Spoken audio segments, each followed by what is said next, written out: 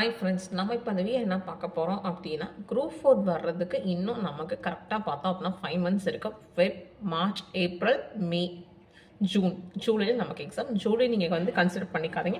13 days அப்படின்றது வந்து ரொம்ப சீக்கிரமாக போயிடும். ஏன் அப்படின்னா, இப்போ ஜான்வரி இப்போ தான் நியூ இயர் வந்து நமக்கு வந்துச்சு. அதுக்குள்ளேயே பொங்கல் முடிஞ்சு நமக்கு ஜான்வரி எண்ட் ஆயிடுச்சு அப்படின்னு நினைக்கிற நிறைய பேர் நம்ம இருப்போம். ஸோ அதனால் நீங்கள் வந்து ஜூலை நீங்கள் வந்து இது பண்ணிக்கலாம். ஸோ 5 மந்த்ஸ் தான் இருக்குது. ஸோ ஆல்ரெடி நான் படிச்சுட்டு இருக்கேன். பட் இருந்தாலும் எனக்கு அது ஃபுல்லாக தெரியல அப்படின்னாலும் ஓகே. இல்லை நான் இனிமேல் தான் ஸ்டார்ட் பண்ண போகிறேன் அப்படின்னாலும் ஓகே ஃப்ரெண்ட்ஸ். நீங்கள் ஃபஸ்ட்டு என்ன பண்ணணும் அப்படின்னா, சிலபஸ் வந்து கண்டிப்பாக உங்களுக்கு கையில் இருக்கணும்ப்பா. நீங்கள் பிரிண்ட் அவுட் போட்டு சிலபஸ் வச்சுருக்கணும் ஃபஸ்ட்டு.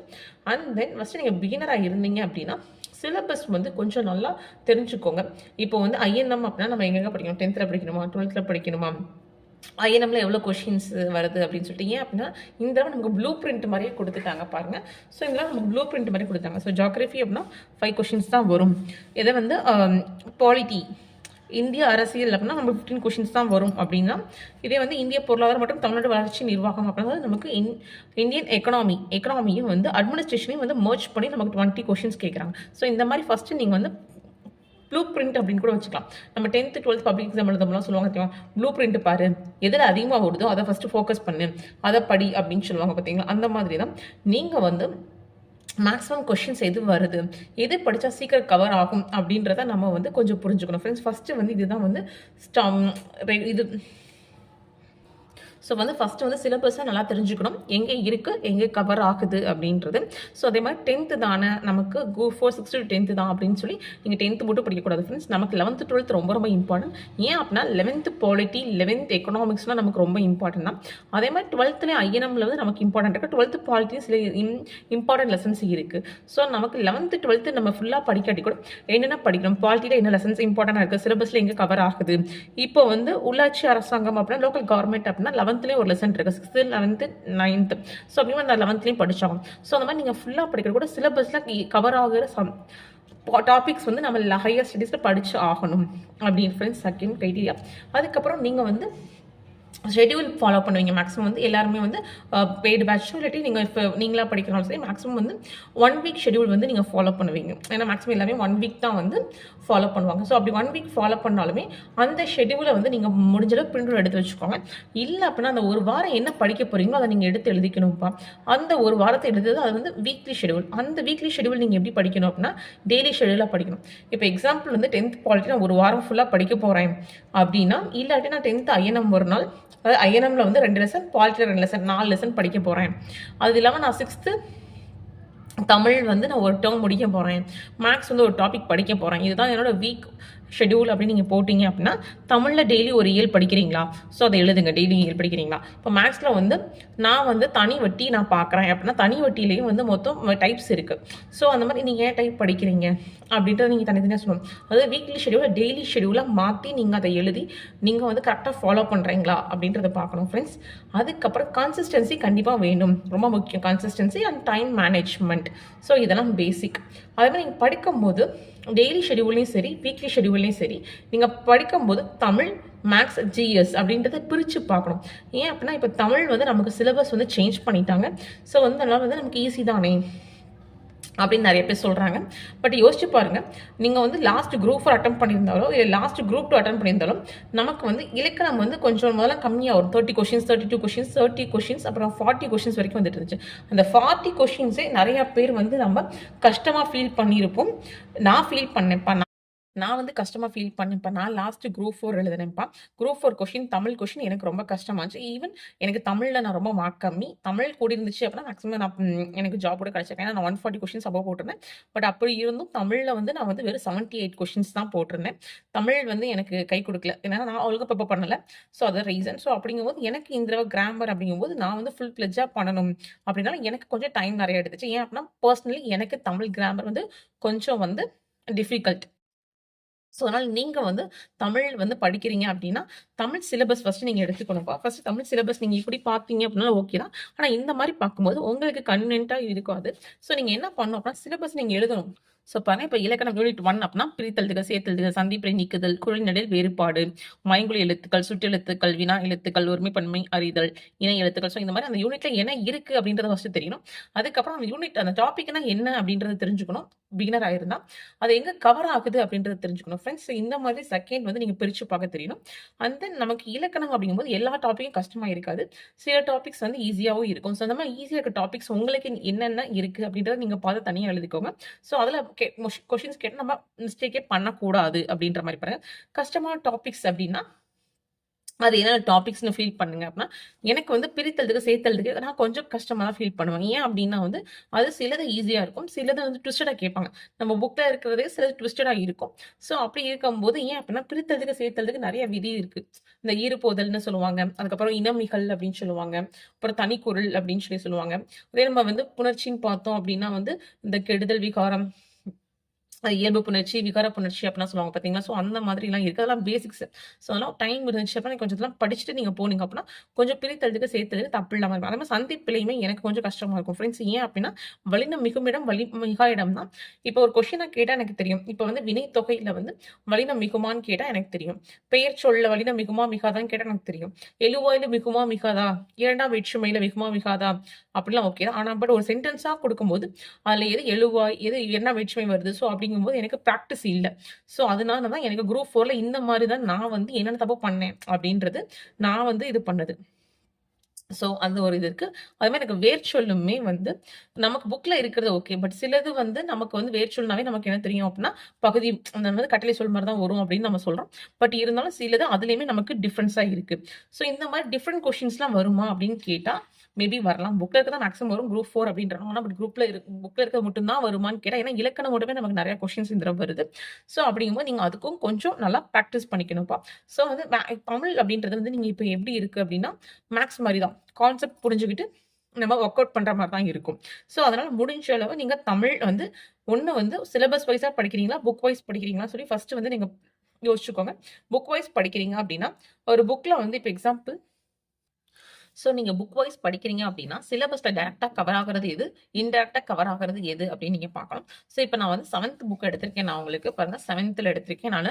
டெர்ம் 2 எடுத்திருக்கேன். ஸோ ஃபர்ஸ்ட் வந்து நமக்கு கலங்கரை விளக்கம் குடுத்திருக்காங்க. ஸோ ஒருத்திரன் கண்ணனார் வந்து நமக்கு சிலபஸ்ல இருக்காங்க. ஸோ அது லைன் குடுத்து கேட்கலாம். இல்லாட்டி அவரோட ரிலேட்டடா கேட்கலாம். என்ன அப்படின்னா வந்து, அவங்க வந்து என்னென்ன நூல்கள்ல வந்து பாடல் எழுதுனாங்கன்னு கேட்கலாம். ஸோ இல்லாட்டி அவங்க வந்து என்ன பாட்டுன்னா, பெருமானாட்சிப்படை, பட்டினப்பாலை. ஸோ இந்த மாரி கேட்கலாம்.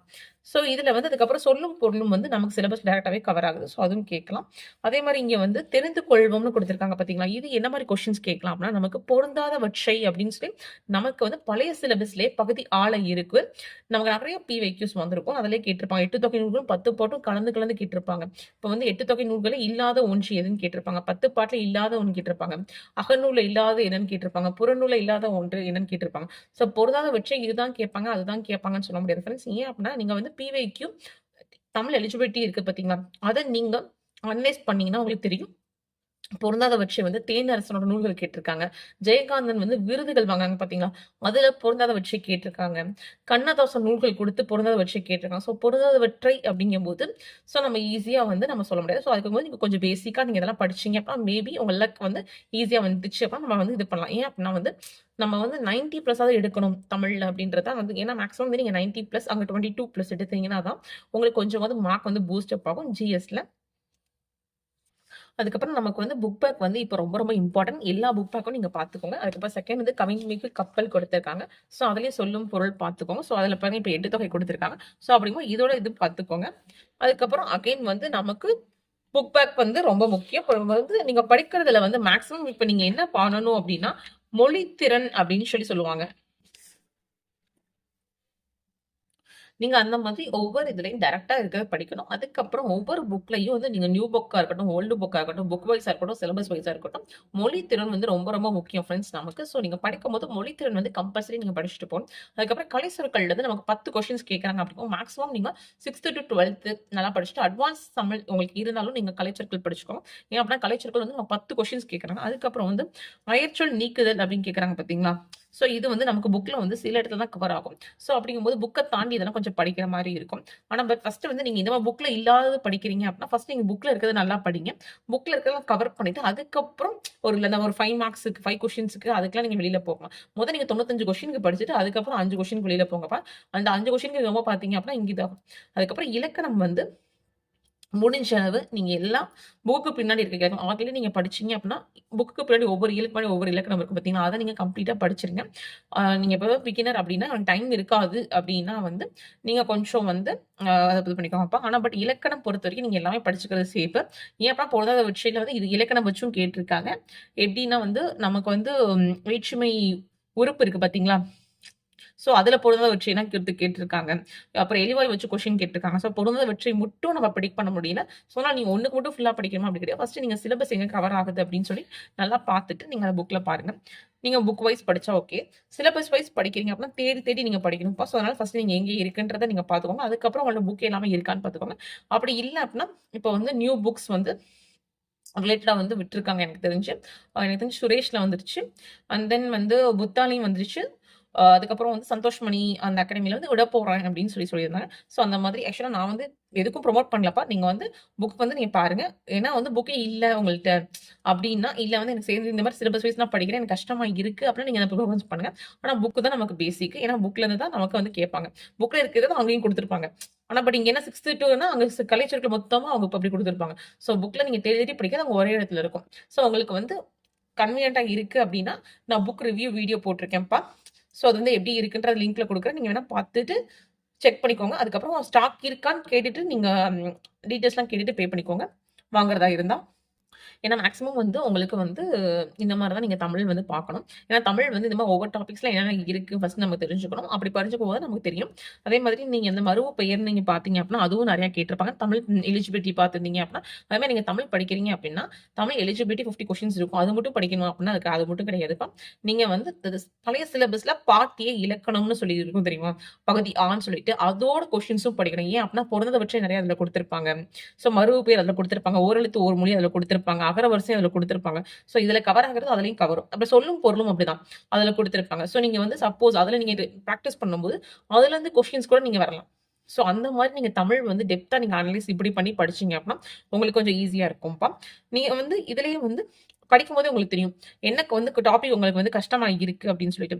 ஏன்னா வந்து சில டாபிக்ஸ்லாம் வந்து ரொம்ப ஈஸியா இருக்கும். இப்ப வந்து எக்ஸாம்பிள் வந்து ஒரு, ஓரு, அதுன்றதுலாம் நமக்கு 6த்ல இருக்கும். இது வந்து தமிழ் எலிஜிபிலிட்டில மேக்ஸிமம் 3 கொஸ்டின்ஸ் கேட்கறாங்க. இந்த ஒரு டாபிக்ல இருந்து மட்டும். ஆனா அவ்வளோ கொஸ்டின்ஸ் நமக்கு வருமான்னு கேட்டா தமிழ் எலிஜிபிலிட்டி கேட்கறாங்க. அண்ட் தென் நீங்க தமிழ் எலிஜிபிலிட்டி பார்க்கும்போது கொஞ்சம் வந்து ஆன்சர் கீஸ் வந்து நெறைய தப்பா இருக்கு.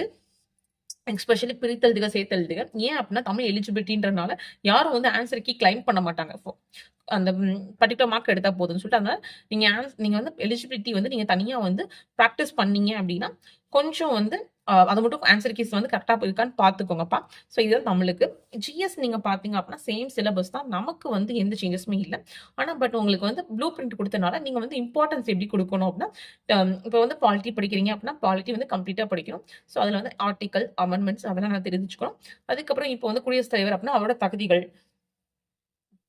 அவரோட ஃபுல் டீட்டெயில்ஸ் தெரிஞ்சுக்கணும். ஏன் அப்டின்னா, நமக்கு மேக்ஸிமம் பாலிட்டி ஸ்டேட்மெண்ட்லாம் கேட்பாங்க. இந்த மாரி நம்ம ஃபுல் டீட்டெயில்ஸ் தெரிஞ்சா தான் நம்ம ஸ்டேட்மெண்ட்டா நம்ம வந்து அப்ரோச் பண்ண முடியும் பாலிட்டி. அதே மாரி ஐஎன்எம் நீங்க பார்த்தீங்க அப்டின்னா, நமக்கு பேசிக் வந்து நம்ம 10த், 12த் அப்புறம் மேக்ஸிமம் நீங்க 10த், 12த் படிச்சாலே நமக்கு போதும். ஜிஎஸ் பொறுத்தவரைக்கும் மேக்ஸிமம் நீங்க வந்து ஸ்கூல் புக்கே போதும் ஃப்ரெண்ட்ஸ். ஸ்கூல் புக் தாண்டி போகுமா அப்டின்னா, குரூப் 4க்கு மேக்ஸிமம் நீங்க போகாது. ஸோ நீங்க வந்து ஸ்கூல் புக் ஃபர்ஸ்ட் ரெஃபர் பண்ணுங்க. செகண்ட் வந்து பிவைக்யூ. நெறைய பேர் சொல்லுவாங்க, ஜிஎஸ்க்கு வந்து பிவைக்யூ வந்து ரெஃபர் பண்றது வேஸ்ட் அப்படின்னு நீங்க நெனைப்பீங்க. ஸோ நீங்க வந்து டைம் இருந்துச்சு அப்படின்னா ரெஃபர் பண்ணுங்கப்பா. எல்லாத்துக்கும் இல்லாட்டி கூட polity, INM, unit 8, unit 9 so இந்த மாதிரி இம்பார்ட்டன்ஸா இருக்க டாபிக்ஸ்க்கு மட்டுமாவது நீங்க பிவைக்யூ பாருங்க முடிஞ்ச அளவு. ரொம்ப வருஷம் பார்க்காட்டி விட 22 to 24 அது மட்டும் பார்க்க ட்ரை பண்ணுங்க. ஃபுல்லா பார்க்க முடியல அப்படின்னா, அதுவும் பிவைக்யூவே நீங்க பார்க்கறதும் சரி, படிக்கிறதும் சரி, எப்படி நீங்க படிக்கணும் அப்படின்னா, இம்பார்ட்டன்ஸா படிக்கணும். இப்ப ஐஎன்எம் நீங்க எடுத்துக்கிட்டீங்க அப்படின்னா, அதுல இயர்ஸ் கண்டிப்பா நமக்கு தெரியணும். அதே மாரி அதுல வந்து இப்போ வந்து ஒரு லீடர் வந்து ப்ரோட்டஸ்ட் பண்ணாங்க அப்படின்னா, அது எந்த பிளேஸ்ல பண்ணாங்க? எந்த டேட்ல பண்ணாங்க? எந்த ரீசன்க்காக பண்ணாங்க? அவங்க மட்டும் பண்ணாங்களா? அவங்க கூட யார் யார் பண்ணாங்க? இந்த மாரி டீட்டெயில்ஸ் இருக்கணும். அதே மாரி இப்ப ஜர்னல்ஸ்ன்னு படிச்சோம் அப்படின்னா, அவங்க அந்த ஜர்னல் வந்து எந்த இயர் கொண்டு வந்தாங்க? இல்லாட்டி எந்த பிளேஸ்ல கொண்டு வந்தாங்க?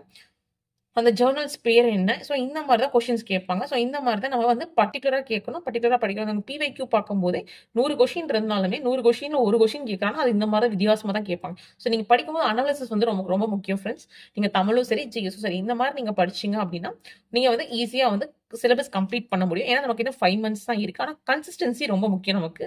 ஏன் அப்ப ஈவன் நானே வந்து படிச்சேன். இப்ப ஜான் வந்ததுலருந்து நான் இப்போ ஸ்டார்ட் பண்ண முடியல எனக்கு ரீஸ்டார்ட்.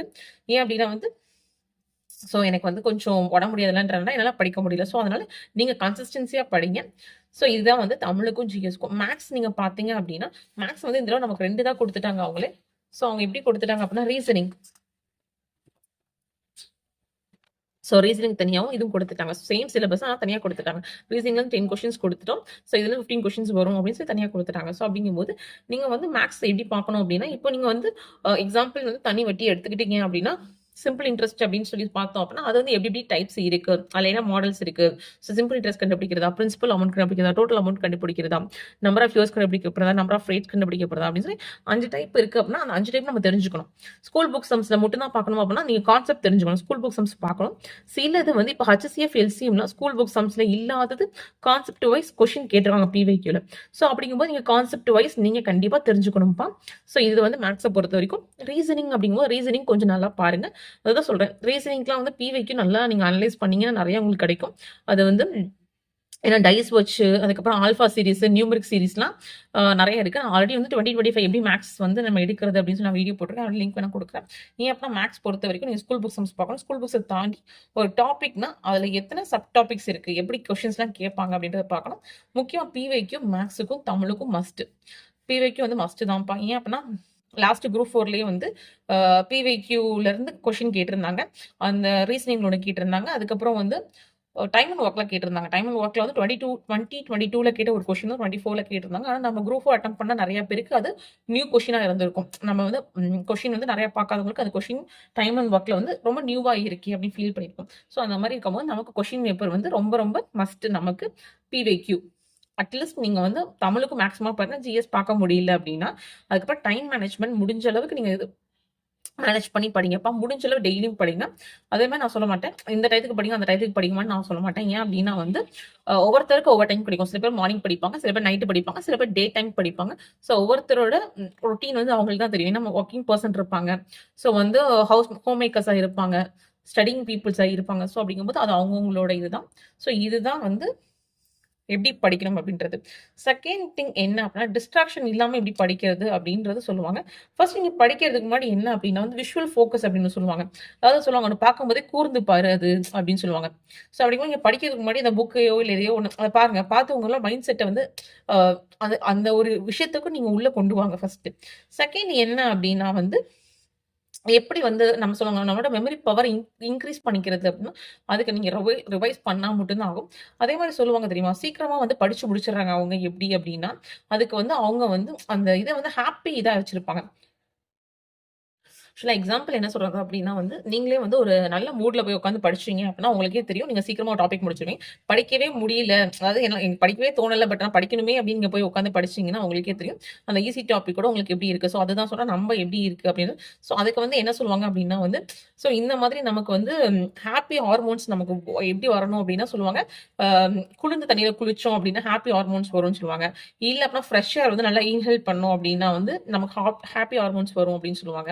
இல்ல அப்படின்னா நம்ம வெளியில 4 பேர்ட்ட போய் நல்லா பேசணும் அப்படின்னு வரும்னு சொல்லுவாங்க. அதனால தான் சொல்லுவாங்க, இயர்லி மார்னிங் ஸ்டடி வந்து ரொம்ப இம்பார்ட்டன்ட் அப்படின்னு சொல்லுவாங்க தெரியுமா? அதுக்கு தான் சொல்லுவாங்க. இந்த 4:30 to 5 அப்படின்னு சொன்னாங்க பார்த்தீங்களா? அதுக்கு மெயின் ரீசன் இதான். ஹாப்பி ஹார்மோன்ஸ் வந்து அப்ப நமக்கு நல்லா இதாகும். ஸோ அப்படி இருக்கும்போது நம்ம சீக்கிரமா ஒரு டாபிக்க சீக்கிரம் முடிச்சிடலாம். ஸோ அந்த மாதிரி செகண்ட். தேர்ட் ஒன் வந்து என்ன அப்படின்னா, கன்டினியூஸா என்னால படிக்க முடியல. கன்டினியூஸா இப்ப 3 ஹார்ஸ் படிக்கிறேன் அப்படின்னா, என்னால படிக்க முடியல அப்படின்னா, நீங்க கன்டினியூஸ் 3 ஹார்ஸ் படிக்கணும்னு வந்து ட்ரை பண்ணாதீங்க. ஃபர்ஸ்ட் நடுவுல ஒரு பிரேக் எடுத்துக்கோங்க. அந்த பிரேக்குமே வந்து உங்களுக்கு பிடிச்ச ஒரு விஷயத்த நீங்க செய்யறதுக்கு பழகுங்க. உங்களுக்கு பிடிச்ச ஒரு விஷயம் அப்படின்னா, இப்ப நான் வந்து என்ன பண்ணுவேன் அப்படின்னா, இப்ப நான் வந்து படிச்சேன் அப்படின்னா, அதுக்கப்புறம் கொஞ்சம் நேரம் இப்போ வந்து தமிழ் நான் படிச்சேன் அப்படின்னா, அடுத்து நான் மேத்ஸ் உடனே எடுக்க மாட்டேன்.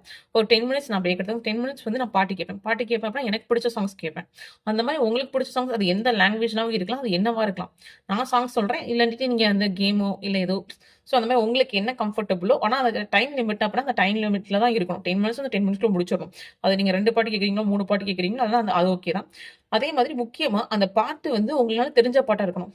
நல்லா தெரிஞ்ச பாட்டா இருக்கணும் அப்படின்னா, நீங்க ரிலாக்சேஷன் தான் கேட்குறீங்க. ஸோ அதனால தெரிஞ்ச பாட்டா இருக்கணும். லிரிக்ஸுக்கு நீங்க வந்து ரொம்ப இது போகக்கூடாது. அந்த பாட்டு எனக்கு தெரியும், எனக்கு பிடிச்சது, நான் சும்மா கேட்குறேன். ஸோ அந்த மாதிரி ஒரு ரிலாக்சேஷனுக்கு அந்த 10 மினிட்ஸ். ஸோ இந்த மாதிரி பண்ணலாம். இல்ல அப்படின்னா நீங்க டார்கெட் மாரி பண்ணலாம். டார்கெட் அப்படின்னா நீங்க படிக்கிற டாபிக் டார்கெட் வச்சுக்கணும் ஃப்ரெண்ட்ஸ். ஹவர்ஸ் வச்சுக்க கூடாது. இப்ப எக்ஸாம்பிள் வந்து நான் வந்து இன்னைக்கு வந்து இந்த லெசன் முடிச்சுட்டேன் அப்படின்னா, நான் இன்னைக்கு இது பண்ணுவேன். அது வந்து நீங்கள் வந்து உங்களுக்கு பிடிச்ச கேம் விளையாடுறதா இருக்கட்டும், இல்லை நீங்கள் வெளியில் போகிறதா இருக்கட்டும், so what ever maybe. So அந்த மாதிரி நீங்கள் டார்கெட் வச்சுக்கலாம்.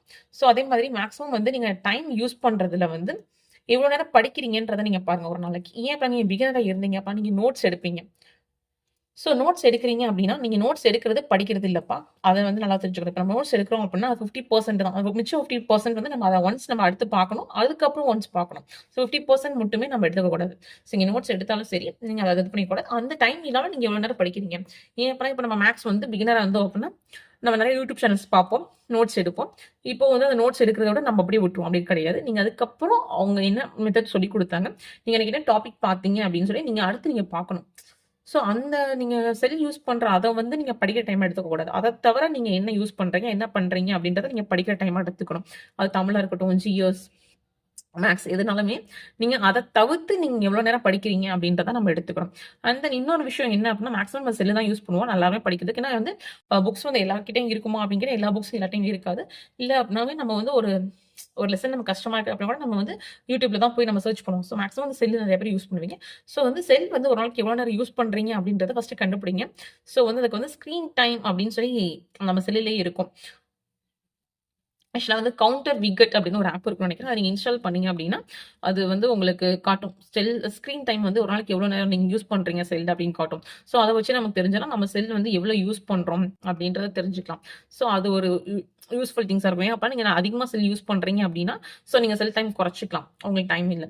செகண்ட் டைம் என்ன அப்படின்னா, நீங்க வந்து ஆ என்ன பண்ணலாம் அப்படின்னா, நீங்க நோட்ஸ்ன்னு சொல்லி நம்ம ஒரு ஆப் இருக்கும். அது எல்லாருக்கும் இருக்கும். ஸோ அங்க போயிட்டு நீங்க இன்னைக்கு என்னென்ன படிக்கணும் ஷெட்யூல் நீங்க இது பண்ணிக்கலாம். அது மாதிரி இல்லாட்டி கூகுள் கேலண்டர் அப்படின்னு சொல்லி நீங்க இது பண்ணலாம். நீங்க ரெகுலரா படிக்கிறவங்களா இருந்தீங்கன்னா, கூகுள் கேலண்டர் இருக்கும். அதுல போயிட்டு இந்த டயத்துல வந்து நான் இது படிக்கிறேன் அப்படின்னு சொல்லி நீங்க வந்து அத சேவ் பண்ணிக்கலாம். அதுக்கு நீங்க அலார்மும் குடுக்கலாம். ஸோ அலார்ம் அடிக்கும்.